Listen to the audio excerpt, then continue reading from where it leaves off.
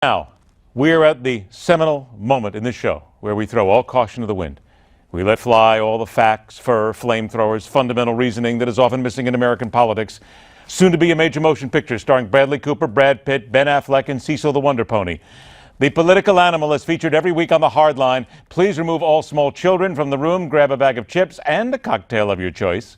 He is the afternoon drive talker every weekday at 6:30 KHOW in Denver, Colorado from 4 to 7 Mountain Time. Former director of FEMA, mentioned as a possible replacement for Peyton Manning at quarterback for the Denver Broncos only by those who have been to the local Bud store. And I'm not meaning the beer, Michael Brown. Joined by the senior political contributor at Forbes.com, co-host of the wildly successful and burning up the satellite charts, Steele and Ungar, on Sirius XM POTUS 124, 6 to 9 Eastern Time, weekdays, who, despite his many connections at Marvel, is not currently seen in a cameo in any of the movies, but he's still working on it and talking to Stan Lee every day, Rick Ungar.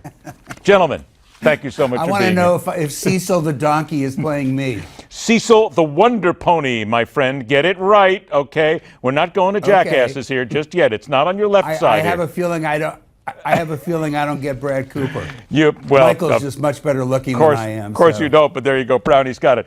All right, gentlemen, let's begin. Here we go. We're firing into it here. Not a result in yet, and already we are knee-deep, hip-deep, neck-deep in a controversy. They're talking about, here is Independent Journal politics editor Justin Green. There is no rule against volunteers wearing campaign paraphernalia, according to a GOP source, because we are seeing people sitting at the tables in pictures taking in the votes in Trump sweatshirts. They're talking about complete chaos here, not enough ballots, some people voting 2 or 3 times. Now they're potentially launching investigations. Michael Brown, come on. We needed this, Michael, didn't we? This is political entertainment, baby. Didn't we? I tell you what, the caucuses are such an anachronism. We just need to get rid of them. I tweeted out just a little while ago that every time I look at my Twitter timeline and about what's going on with everything you just described, it reminds me of a banana republic. It's like, come on, can we just not grow up and have primaries? Well, let's also point out the fact that the Nevada people are very serious. We don't want to insult anybody here, Mike, because they're very proud of their votes here. So they haven't been doing this a long time. So maybe we give them a break. My God, please, Mike, save me, please, because the tongue in my cheek is starting to hurt my jaw.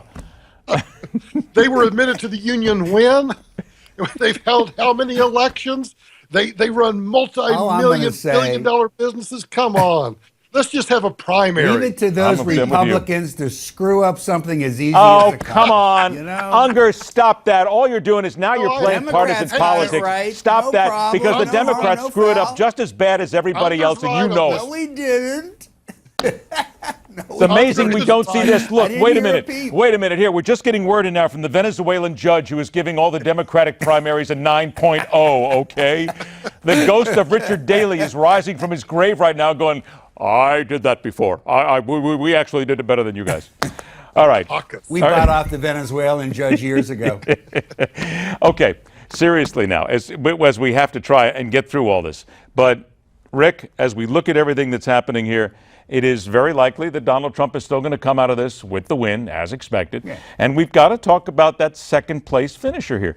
In your opinion, out of the guys, and again, let's be honest here, we don't want to hurt anybody's feelings, but John Kasich, Dr. Ben Carson, you're not going to become president. It's not going to happen this year. Jeb Bush is already gone. So, Rick, looking at it with your keen eye, if you will, which one out of those two has the best ability to start to whittle into Donald Trump's lead, if anybody? Well, if anybody does, I think that's the key sentence. If anybody does, it's Marco Rubio, I think. But what I find absolutely amazing is that so much of the conversations we're having, all of us everywhere, is about this race for second place. Because while the two of them, Cruz and Rubio, are battling over who gets second and who gets third, who keeps getting first? Donald Trump. I have to tell you, I would be very surprised at this point if there's a way to stop Donald Trump. He's clearly going to win tonight. I don't think that's what puts him on the track. I don't think it's that significant for him. It'd be significant if he lost, but he's not going to. What's significant is what he does next week when we're all gathered together for the SEC primary, and I think he's going to roll there. Well, let's get to that, Mike, because, and part of the point is here, when we talk about all these people coming and going, there are still voters who will then have to go somewhere else. In your opinion, where do Jeb Bush's voters go if and when they leave? Where do John Kasich's voters go? Where do Ben Carson's voters go? Well, I've been reading about it all evening, and it seems to me that Jeb's people are probably going to go to Marco. But I think, to Rick's point, it doesn't make any difference where they go, because Trump's at this level, and he's not going to dip below that level. So they can continue to fight, and everybody can kind of scurry around and figure out who's going to go where. But as long as Trump's at 30-40%, it doesn't make any difference.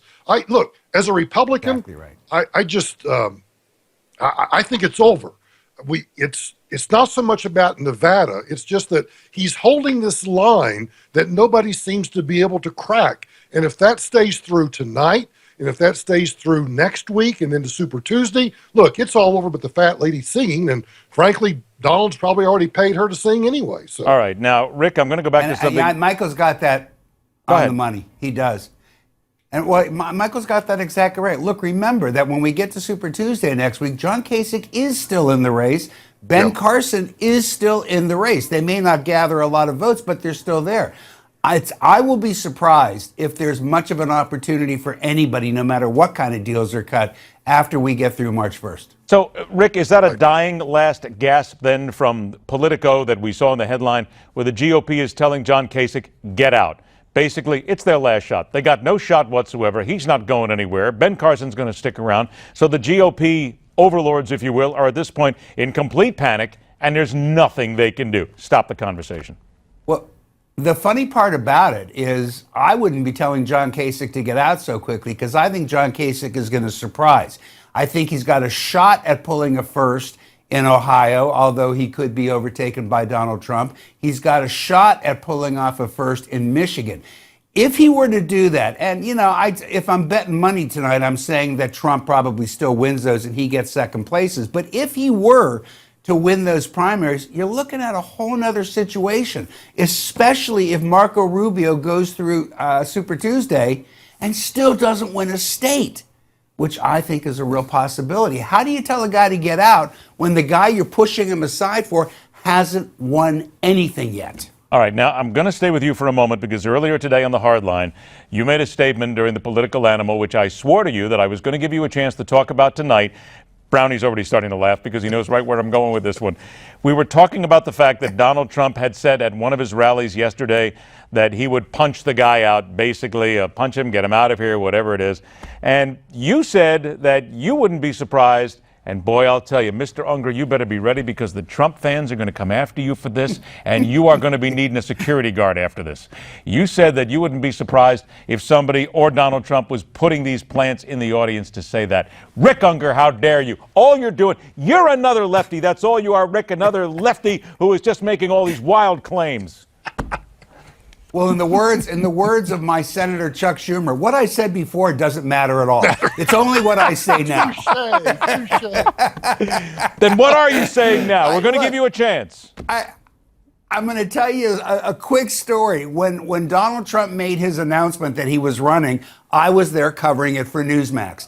And when it was over, all these good-looking young kids were pouring out wearing Trump T-shirts, and I'm interviewing them. I'm going, look at these people he's attracting, all these young people. Well, I later found out that they were all being paid to be there. They were actors. That's why they were young and good-looking. So it's always in my mind whenever I see these shenanigans that happen at a Trump rally, and it seems to happen every time. And by the way, as I said earlier on the show, nobody who saw what happened at that rally suggested that the protester was throwing any punches. The police never suggested that. Only Donald Trump said that when he referred to it. I would not be surprised if he's paying these people to stage it, because it works beautifully. It gets the crowd all riled up, and go Donald, punch him in the face.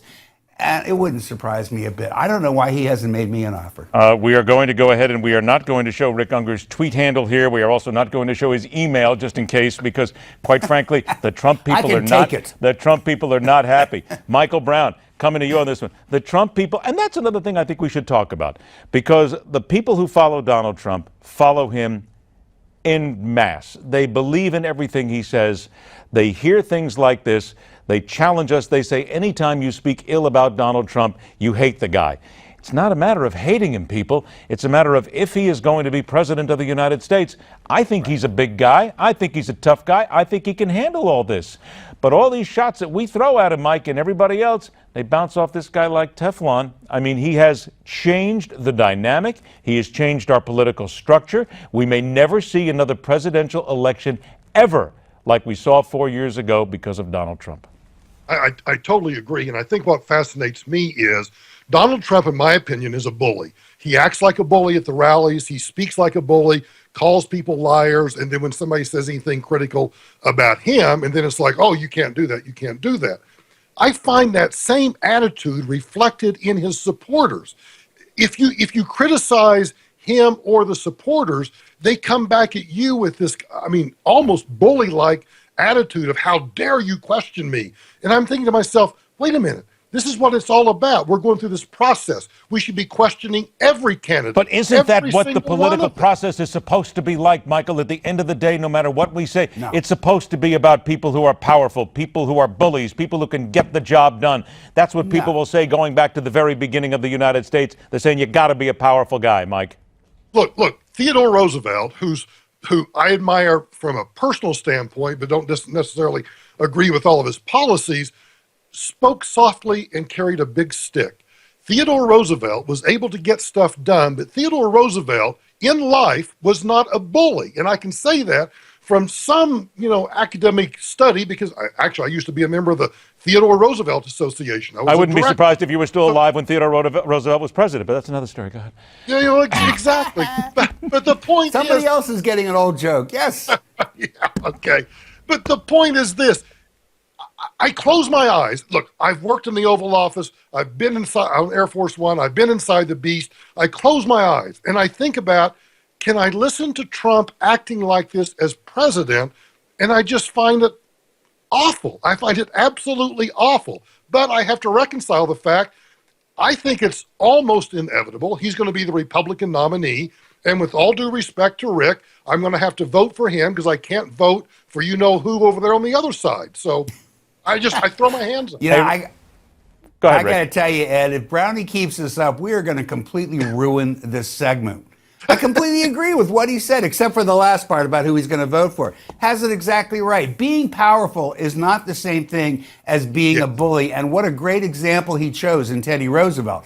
It's not the same. And, you look at the world today, if this is how Donald Trump is going to behave, and maybe it's not, do you really want him sitting across negotiating with world leaders? They will not. They'll respond to the power of the United States. I want you to hang on to that because we may come back to that. I think we're going to have to ask people to get a little bit on social media on this and take this under. Rick Ungar, Michael Brown, hang tight, gentlemen. You're going to return right after the break. Our coverage of the 2016 GOP Nevada Caucus continues on Newsmax.